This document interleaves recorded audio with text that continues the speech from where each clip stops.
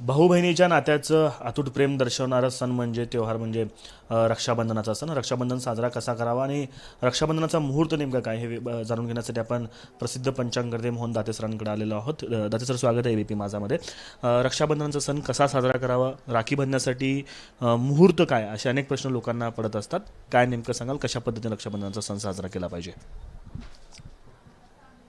श्रावण पौर्णिमा जी असते त्या दिवशी आपण रक्षाबंधन सोहळा करत असतो आणि यावर्षी 19 ऑगस्टला सोमवारी श्रावण पौर्णिमा आहे आणि त्या दिवशी आपल्याला रक्षाबंधन करायचं आहे. अनेकांना शंका अशी येते की भद्रा काळामध्ये आपण रक्षाबंधन करावं का करू नये. परंतु जेव्हा आपण या सगळ्या गोष्टींचा शास्त्रोक्त विचार करतो तेव्हा ती रक्षा सूत्र म्हणजे राखी ही सुद्धा तशी शास्त्रोक्त असली पाहिजे. ती आपल्याकडे अशी सांगितलेली आहे की एका वस्त्राची पुरचुंडी करून त्याच्यामध्ये अक्षता, सोने, मोहरी, चंदन इत्यादी वस्तू घालून त्याची पोटली तयार करायची आणि त्याला एक रेशमी दोरा बांधायचा आणि त्याची पूजा करून रक्षासूत्र होम करून मग ती राखी बांधायची असते.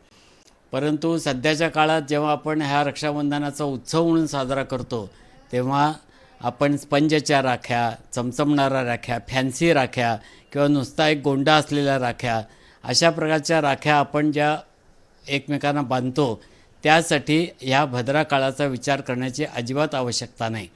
त्यामुळे आपण सोमवारी 19 ऑगस्टला दिवसभरामध्ये कधीही रक्षाबंधन उत्सव हा साजरा करू शकतो. हा साजरा करत असताना केवळ बहीण भावाला राखी बांधते असं पण नाही आहे, तर समाजामध्ये मित्र एकमेकाला राखी बांधतात.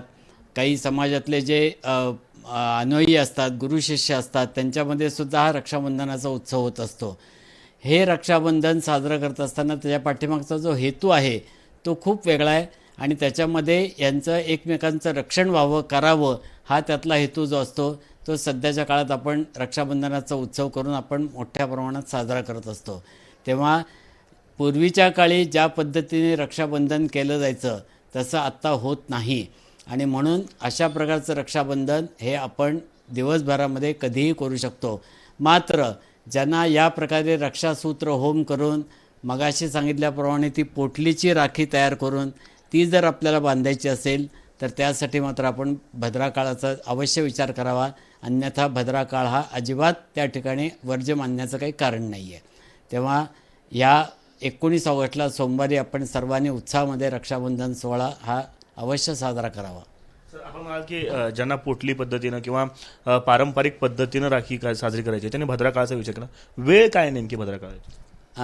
सोमवारी दुपारी 1:33 पर्यंत भद्रा काळ आहे आणि त्यामुळे 1:33 च्या नंतर त्यांना रक्षाबंधनाचा हे सोहळा करावा लागेल.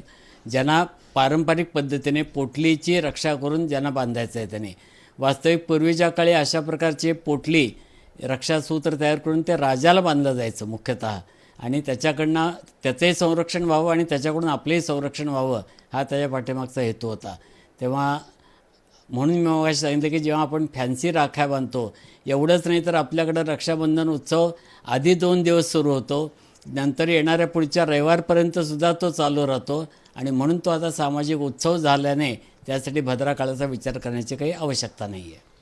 रक्षाबंधनाचा सण हा सामाजिक उत्सव झालेला आहे, त्यामुळे भद्रा काळाचा विचार करण्याची गरज नाही. मात्र ज्यांना पारंपरिक पद्धतीनं रक्षाबंधन साजरा करायचा आहे त्यांनी मात्र भद्रा काळाचा विचार करावा, अशा पद्धतीची माहिती जी आहे ती मोहन दाते सरांनी या ठिकाणी दिली आहे. कॅमेरा पर्सन अयूब कागदीसह आफताब शेख, एबीपी माझा, सोलापूर. एबीपी माझा, उघडा डोळे बघा नीट.